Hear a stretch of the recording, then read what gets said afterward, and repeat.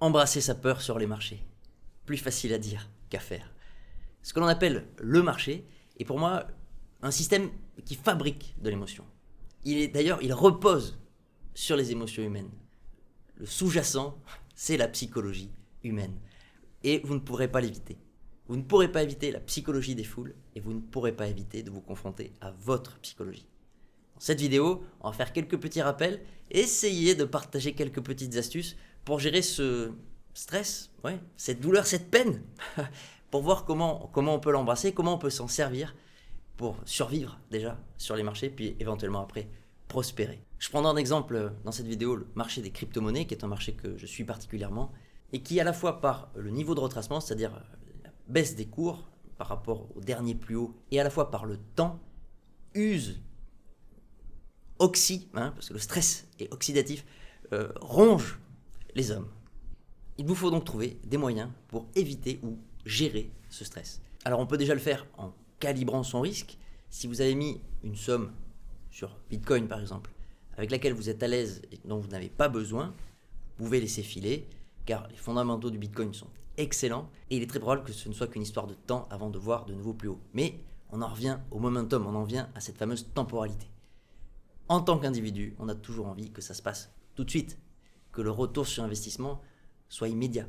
Mais le marché a sa propre temporalité et elle se fout de la vôtre. Je vous le dis, je suis désolé si vous ne le saviez pas, le marché se moque, pour parler gentiment, mais alors se moque de votre temporalité. Vous comptiez acheter une voiture avec l'argent que vous avez mis sur Bitcoin par exemple ?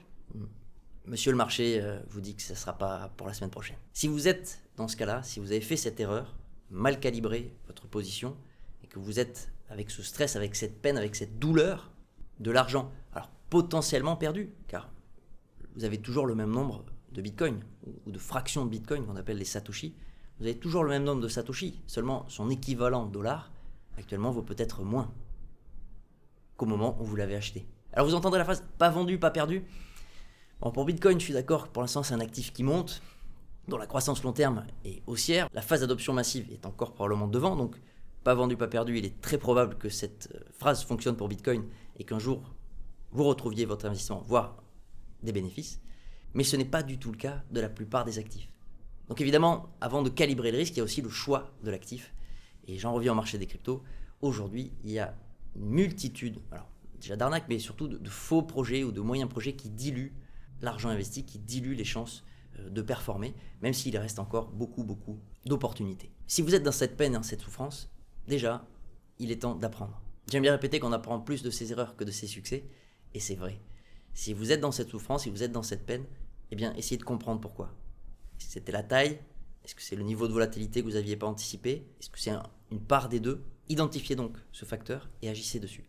Si vous n'avez pas fait d'erreur dans la somme ou l'actif choisi, mais que vous ressentez quand même cette douleur, il y a aussi des moyens détournés pour gérer ce stress, ou en tout cas pour le diminuer. Et ça, c'est les moyens du quotidien. Allez faire du sport, allez voir vos amis, trouvez des activités qui justement vous aident à diminuer ce niveau de stress pour être le plus en contrôle possible, pour garder une attitude rationnelle sur les marchés. J'en reviens à cette usine à émotions, le marché va vous secouer dans tous les sens. Et c'est pas maintenant, c'est pas dans la peine, c'est pas dans la douleur que vous devez prendre des décisions. La bonne attitude est d'anticiper. Il faut toujours prévoir tous les scénarios. Je veux bien vous partager l'analyse technique, c'est absolument pas prédictif, mais au moins ça permet de poser les hypothèses, entre guillemets, sur le papier, de poser les hypothèses, de projeter donc des scénarios dans le futur, mais il faut jamais oublier, parce qu'on a tendance à projeter évidemment les bons scénarios, ça fait plaisir. Il faut ne jamais oublier de projeter les mauvais, y compris les pires. Imaginons que Bitcoin s'écroule et que tout le marché des cryptos disparaisse, que cette nouvelle classe d'actifs naissante disparaisse. Est-ce que vous l'avez seulement envisagé ? Bon, je vous rassure, je l'ai envisagé, je l'envisage toujours, mais j'y crois pas. Les probabilités sont très basses. Je vous rappelle qu'aujourd'hui, les plus grandes institutions financières sont rentrées, ont officialisé, ont tamponné, notamment Bitcoin, mais également Ethereum avec les fameux ETF spot. Pour ceux qui ne savent pas, c'est juste des véhicules qui permettent à ces institutions d'investir au nom de leurs clients sur des actifs qu'on considère aujourd'hui même comme des matières premières. Notamment Bitcoin est une matière première. Si ce dont je suis en train de vous parler vous semble chinois, que vous souhaitez découvrir Bitcoin, qu'est-ce que la révolution Bitcoin ? J'ai réalisé une formation pour automatiser et accélérer l'apprentissage. Vous Vous pouvez également me contacter, n'hésitez pas à aller sur le site et à cliquer sur « Contactez-moi ». J'effectue des accompagnements également personnalisés, que ce soit dans le monde de la finance décentralisée ou également psychologique. On en revient au sujet de la vidéo, car la psychologie est la base des marchés. Tout repose dessus. Tout n'est que psychologie. 80% du travail de l'investisseur est de travailler la psychologie. Je voulais donc aussi vous rappeler quelques fondamentaux. C'est dans ces périodes de baisse où on a tendance à remettre en question nos croyances, mais également nos convictions. Je suis convaincu que Bitcoin est une véritable révolution. Maintenant, j'ai des arguments factuels, notamment sur le fait que c'est un système de paiement international, non censurable, révolutionnaire. Avant Bitcoin, il n'existait pas de système de transaction internationale non censurable. Vous avez peut-être entendu parler du système SWIFT. Le système SWIFT est contrôlé par les Américains. Il a d'ailleurs été utilisé comme sanction face à la Russie. C'est donc un système de paiement qui contient sa propre pièce, son propre jeton d'échange, et qui repose sur une dépense de temps et d'énergie des hommes. Il va falloir encore plusieurs années, peut-être des décennies, pour que ce nouveau support digital de nos outils monétaires soit accepté par convention, parce que rappelez-vous que la monnaie est un outil conventionnel, et dans la convention, on choisit le support. Les billets sont un support, l'or est un support physique, Bitcoin est un support digital qui copie en gros les caractéristiques de l'or. Le fait donc de permettre des échanges de personne à personne est une véritable révolution. Ça va prendre encore du temps, vous faites pas encore partie des early adopters si vous êtes là et si vous vous apprêtez à vous intéresser réellement à Bitcoin. Le plus beau reste à venir.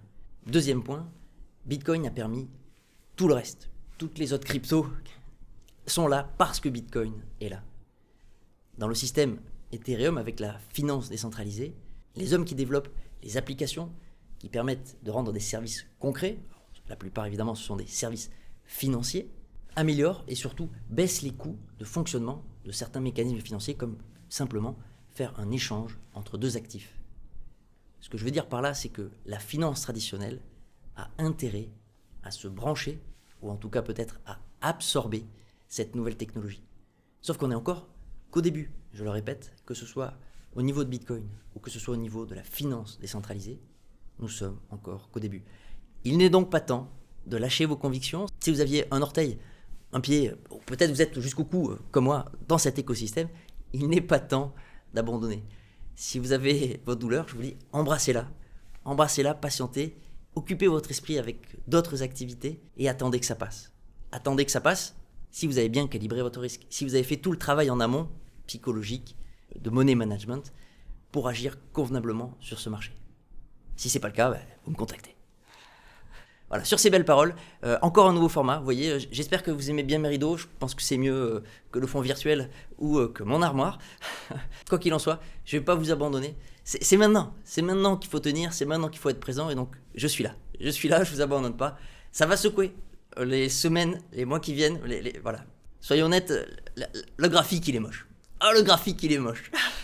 On a la clôture mensuelle ce soir, mais bon, on va passer ce cap. Allez. Claquez le pouce, abonnez-vous, prenez soin de vous et à très vite.